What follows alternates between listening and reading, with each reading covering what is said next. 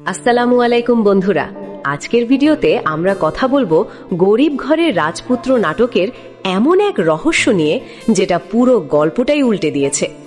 ভাবুন তো, একজন মা বারবার বলছে তার গর্ভের সন্তান তার স্বামীর, কিন্তু ডিএনএ রিপোর্ট বলছে সম্পূর্ণ উল্টো।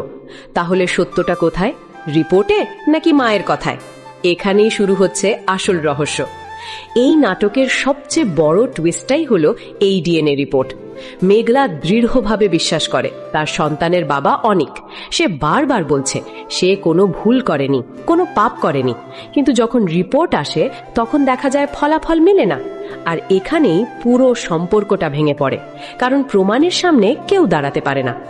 এখন প্রশ্ন হচ্ছে, এই রিপোর্ট কি সত্যি নাকি এটাও একটা সাজানো খেলা? কারণ আমরা ইতোমধ্যেই দেখেছি এই গল্পে একের পর এক ষড়যন্ত্র চলছে, আর সেই ষড়যন্ত্রের মূল খেলোয়াড় হচ্ছে রাতুল, যে টাকার লোভে যে কোনো কিছু করতে পারে। এবার আসি অনিকের দিকে। অনেক মেঘলাকে বাঁচানোর জন্য নিজের জীবন ঝুঁকিতে ফেলে, কিন্তু সেই মেঘলাই তার নামে মামলা করে বসে। পুলিশ তাকে ধরে নিয়ে যায়, এমনকি মারধরও করে। কিন্তু পরে জানা যায় এই মারধরের পেছনেও ছিল রাতুলের ইশারা, অর্থাৎ অনিককে ফাঁসানোটা ছিল পুরোপুরি পরিকল্পিত। অন্যদিকে মেঘলাকে এমনভাবে বোঝানো হয়েছে যে অনিকই তার শত্রু, তাই সে না জেনেই অনিকের বিরুদ্ধে চলে যায়।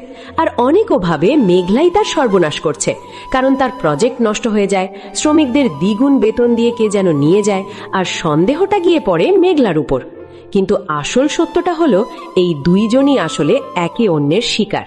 তাদের মাঝখানে দাঁড়িয়ে আছে এক ভয়ঙ্কর ষড়যন্ত্র, যেখানে ডিএনএ রিপোর্ট থেকে শুরু করে পুলিশ কেস, ব্যবসার ক্ষতি, সবকিছুই ব্যবহার করা হচ্ছে তাদের আলাদা করার জন্য। সবশেষে মেঘলা সিদ্ধান্ত নেয় সে আদালতে যাবে, কারণ সে জানে সত্য তার পক্ষেই আছে। আর এখানেই গল্পটা আরো ইন্টারেস্টিং হয়ে ওঠে, কারণ সামনে আসতে যাচ্ছে সেই সত্য যেটা এতদিন লুকানো ছিল। তো বন্ধুরা, এই ছিল গরিব ঘরের রাজপুত্র নাটকের সবচেয়ে বড় রহস্য। আপনার কি মনে হয়, ডিএনএ রিপোর্ট আসল নাকি এটা কারো সাজানো ফাঁদ? কমেন্ট করে জানাতে ভুলবেন না। ভিডিওটা ভালো লাগলে লাইক দিন, আর এমন রিভিউ পেতে চ্যানেলটি সাবস্ক্রাইব করে রাখুন।